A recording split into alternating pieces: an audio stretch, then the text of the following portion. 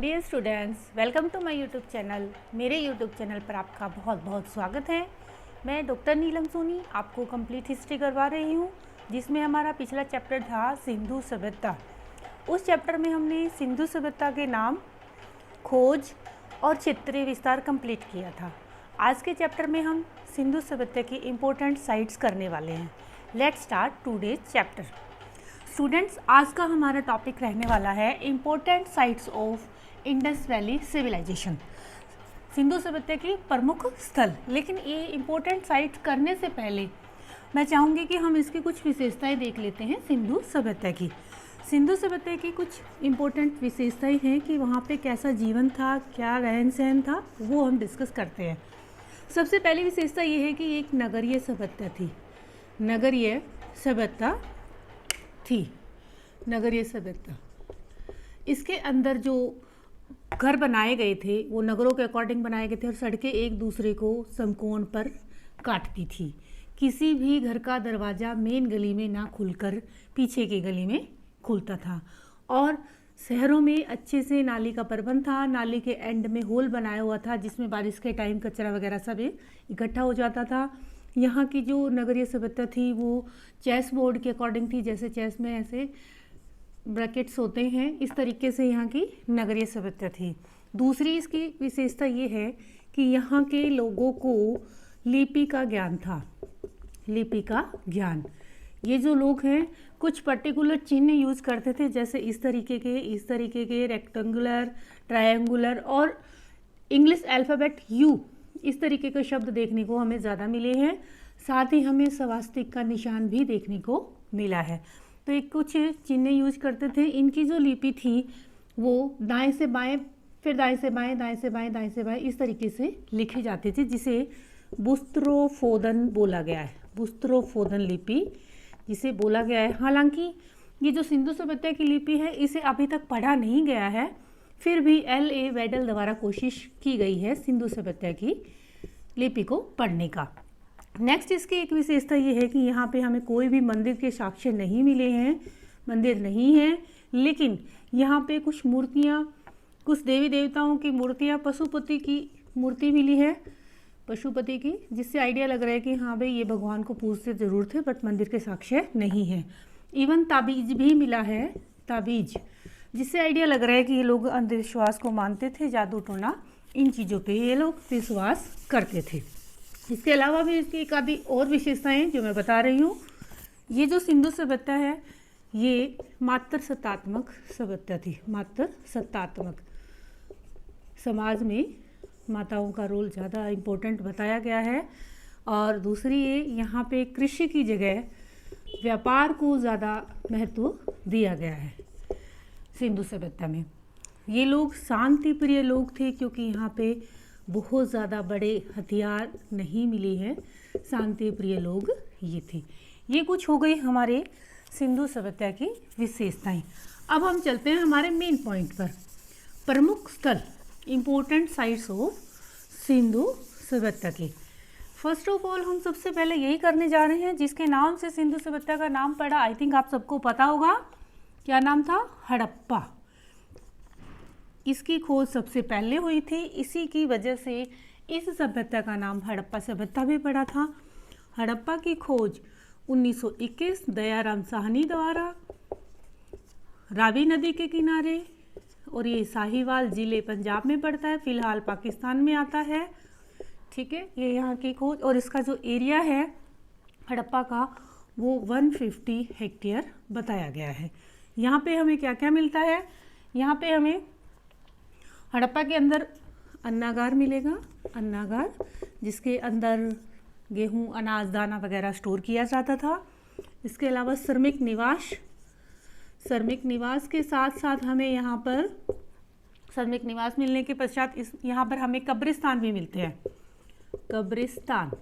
कब्रिस्तान में यहाँ पे नाम दिया गया है R37 और H, ये हड़प्पा नामक जगह पे। नेक्स्ट आता है मोहनजोदड़ो, जिसकी खोज 1922 में राखलदास बनर्जी द्वारा की गई थी। मोहनजोदड़ो, ये जो हड़प्पा है ये रावी नदी के किनारे मिला है। मोहनजोदड़ो जो है वो सिंधु नदी के किनारे मिलता है। लरकाना नामक ज़िले में ये स्थित है। और सबसे इम्पोर्टेंट बात कि इसका एरिया जो है 150 हेक्टेयर था, मोहनजोदड़ो का एरिया 250 हेक्टेयर रहता है। यानी कि भारतीय महाद्वीप में सबसे बड़ा जो एरिया है वो मोहनजोदड़ो का रहता है। यहाँ पे हमें क्या मिलता है, स्नानागार मिलता है। स्नानागार, यहाँ अनागार था, यहाँ स्नानागार है, यहाँ श्रमिक निवास है, यहाँ पे पुरोहित निवास हो जाएगा, पुरोहित निवास। और सबसे ज़्यादा इम्पोर्टेंट चीज़ यहाँ पे नृत्य करती हुई कांसे की मूर्ति जो है हमें यहाँ पे देखने को मिलती है मोहनजोदड़ो में। ये हो गए हड़प्पा और मोहनजोदड़ो। अब हम चलते हैं नेक्स्ट पॉइंट पर। पॉइंट नंबर 3 करने वाले हैं। 3 नंबर पे हम करने जा रहे हैं चहुंदड़ो। चहुंदड़ो, ये जो चहुंदड़ो है इसका एरिया जो है वो बहुत छोटा रहता है, 8 हेक्टेयर रहेगा। और चहुंदड़ो की खोज अर्नेस्ट मे के द्वारा की गई थी। अर्नेस्ट मे के द्वारा कब की गई थी, 1925 में। यहाँ पे क्या इम्पोर्टेंट है, मेकअप का सामान या हम कह सकते हैं प्रसाधन सामग्री, जैसे काजल, बिंदी, लिपस्टिक, कंघी, ये वाली जो मेकअप का आइटम है वो चहुंदड़ो नामक स्थान से हमें देखने को मिलता है। और एक ज़रूरी चीज़ यहाँ पे मिलती है, खोपड़ी की शल्य चिकित्सा के साक्ष्य चिकित्सा। ये शल्य चिकित्सा का मतलब ये होता है कि हो सकता है उस ज़माने में खोपड़ी का ऑपरेशन वगैरह ऐसा कुछ किया गया था। ये हो गया आपका चहुंदड़ो। नेक्स्ट आता है 4 नंबर पर कालीबंगा। कालीबंगा जो कि घग्गर नदी में है, राजस्थान के हनुमानगढ़ ज़िले में पड़ता है। हनुमानगढ़ ज़िले में कालीबंगा पड़ता है। कालीबंगा यानी काली बंगड़ियाँ या चूड़ियाँ, यहाँ पे हमें काली चूड़ियाँ मिली हैं। अग्निवेदिका मिली है, अग्निवेदिका। और कालीबंगा की खोज अमलानंद घोष और बीबी लाल के द्वारा की गई थी। बीबी लाल। ज़रूरी चीज़ तो यही थी कि यहाँ पे काली चूड़ियाँ मिली है, अग्निवेदिका है, और यहाँ पे सरसों और चने का यहाँ पे उपजाने का साक्ष्य मिला है। सरसों को तो बोला गया है ऐसे दूर दूर क्यारियों में उगाया गया था। चने जो है वो बोलते हैं कि पास यहाँ पे उगाया गया था कालीबंगा में। इसका जो कालीबंगा का एरिया है वो रहेगा 100 हेक्टेयर। कालीबंगा का एरिया जो कि आज के टाइम राजस्थान में पड़ता है। नेक्स्ट हम करेंगे कालीबंगा के पश्चात राखी गढ़ी। नंबर 4 हो गए ना, 5 नंबर पे हम करने जा रहे हैं राखी गढ़ी। ये जो राखी गढ़ी है ये मोहनजोदड़ो के पश्चात सबसे बड़ा, यानी मोहनजोदड़ो 250 था, ये 230 हेक्टेयर इसको बताया गया है। मोहनजोदड़ो आज के टाइम पाकिस्तान में हो गया, तो भारतीय महाद्वीप में मोहनजोदड़ो बोल सकते हैं। बट अगर हम भारत की बात करेंगे तो भारत में सबसे बड़ा क्षेत्रफल जो है वो राखी गढ़ी का आने वाला है। राखी गढ़ी की जो खोज है वो सूरज भान के द्वारा की गई थी। सूरज भान के द्वारा राखी गढ़ी की खोज की गई थी, जो कि हिसार डिस्ट्रिक्ट में पड़ता है। यहाँ पे हमें गेहूँ, जौ, चावल की साक्ष्य मिली हैं, प्लस सीप की चूड़ियाँ भी मिली है। सीप की चूड़ियाँ, देखो कालीबंगा में हमें काली चूड़ी मिली थी और यहाँ पे राखी गढ़ी में है सीप की चूड़ियाँ मिलती है। नेक्स्ट हम करने जा रहे हैं धोलावीरा। धोला यानी सफ़ेद, वीरा यानी कुआं। कहते हैं कि यहाँ पे हमें सफ़ेद रंग का कुआं मिला था। ये लूनी नदी के किनारे स्थित है, कच्छ जिले में, गुजरात में पड़ता है धोलावीरा, जिसकी खोज जेपी जोशी के द्वारा की गई थी। जेपी जोशी के द्वारा 1967 में। धोलावीरा में कुछ इम्पोर्टेंट चीज़ें ही मिली। यहाँ पे एक तो जलाशय के साक्ष्य मिले, जलाशय, स्टेडियम, और नेम प्लेट होती है ना घर के गेट के आगे लगाने वाली, तो वो कहते हैं कि यहाँ पे नेम प्लेट के भी साक्ष्य मिले। सबसे इम्पोर्टेंट साक्ष्य ये था कि यहाँ पे एक अभिलेख मिला है, लिखा हुआ धोलावीरा में और जलाशय, स्टेडियम और अभिलेख इसके इम्पोर्टेंट चीज़ें जो यहाँ पे मिलती हैं। नेक्स्ट हम करने जा रहे हैं बनावली। बनावली ये भी हमारे हरियाणा में पड़ रहा है। बनावली भी ये क्या बोलते हैं, राखीगढ़ी हिसार डिस्ट्रिक्ट में था। बनावली फतेहाबाद डिस्ट्रिक्ट में रहेगा। बनावली फतेहाबाद डिस्ट्रिक्ट में। और ये इसकी खोज जो है R.S. विष्ट द्वारा की गई है। R.S. विष्ट द्वारा। और सबसे इम्पोर्टेंट बात है यहाँ पे लकड़ी का बना हल यहाँ पे मिलता है बनावली में। और लेख युक्त मुहर बनावली में हमें मिलती है देखने को। अब हम नेक्स्ट कर रहे हैं नंबर 8 लोथल। ये जो एरिया है लोथल का, ये सबसे कम, देखो सबसे ज़्यादा था 250 हेक्टेयर मोहनजोदड़ो का, इसके पश्चात राखीगढ़ी का जो कि भारत में पड़ेगा। लोथल जो है इसका सबसे कम यानी 6 हेक्टेयर इसका जो है वो एरिया पड़ने वाला है लोथल का। लोथल भोगवा नदी के किनारे अहमदाबाद में पड़ता है, जिसकी खोज रंगनाथ के द्वारा की गई थी। यहाँ पे कहते हैं कि गोदीवाड़ा मिला है। गोदीवाड़ा मीन्स डॉकयार्ड वो एरिया होता है जहाँ पे पानी के जहाज आया या जाया करते थे। तो लोथल को हम बंदरगाह बताते हैं। लोथल जो है वो बंदरगाह था जहाँ पे पानी के जहाज आते थे और जाते थे, विदेशों के साथ यहाँ पे व्यापार होता था। ये हो गई हमारे इम्पोर्टेंट साइट्स जो सिंधु सभ्यता में ज़्यादा देखने को मिलती है।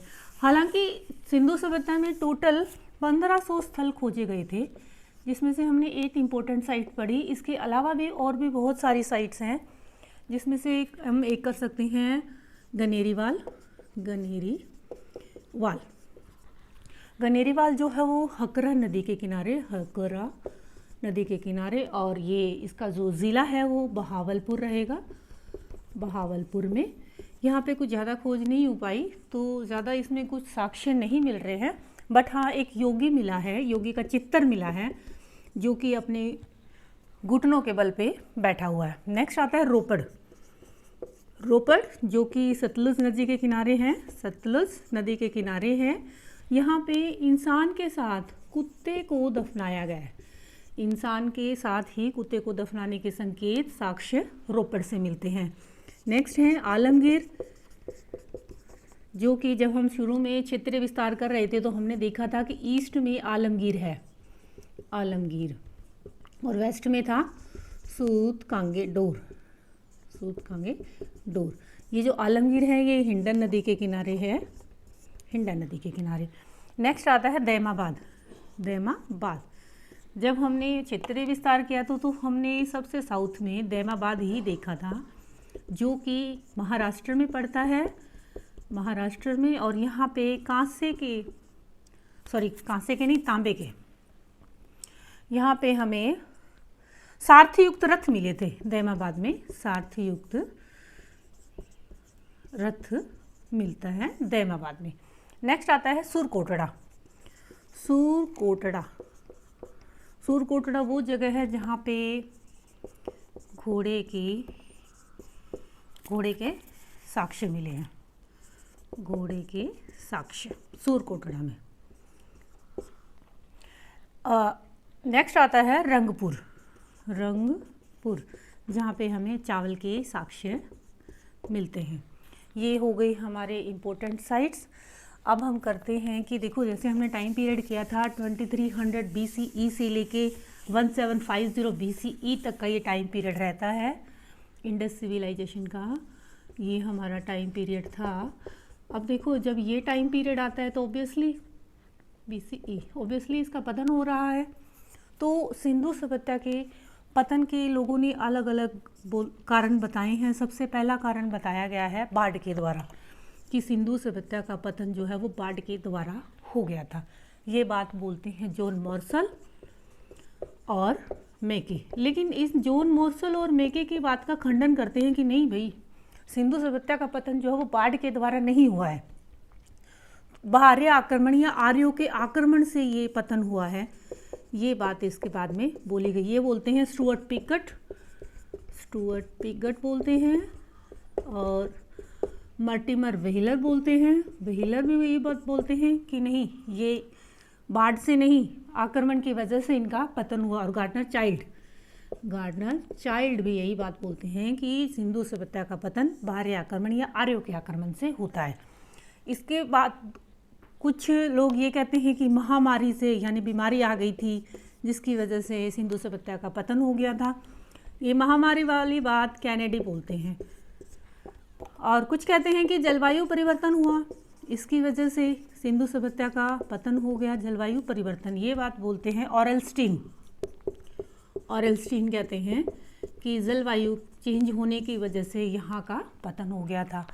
तो स्टूडेंट्स, ये हमारा टॉपिक पूरा कंप्लीट हो गया है, जिसमें हमने सिंधु सभ्यता का क्षेत्र, नामकरण, खोज और इम्पोर्टेंट साइट्स के साथ पतन तक का कंप्लीट किया है। प्लीज़ मुझे कमेंट करके ज़रूर बताइए कि आपको ये मेरा वीडियो कैसा लगा। जय हिंद, जय भारत, थैंक यू।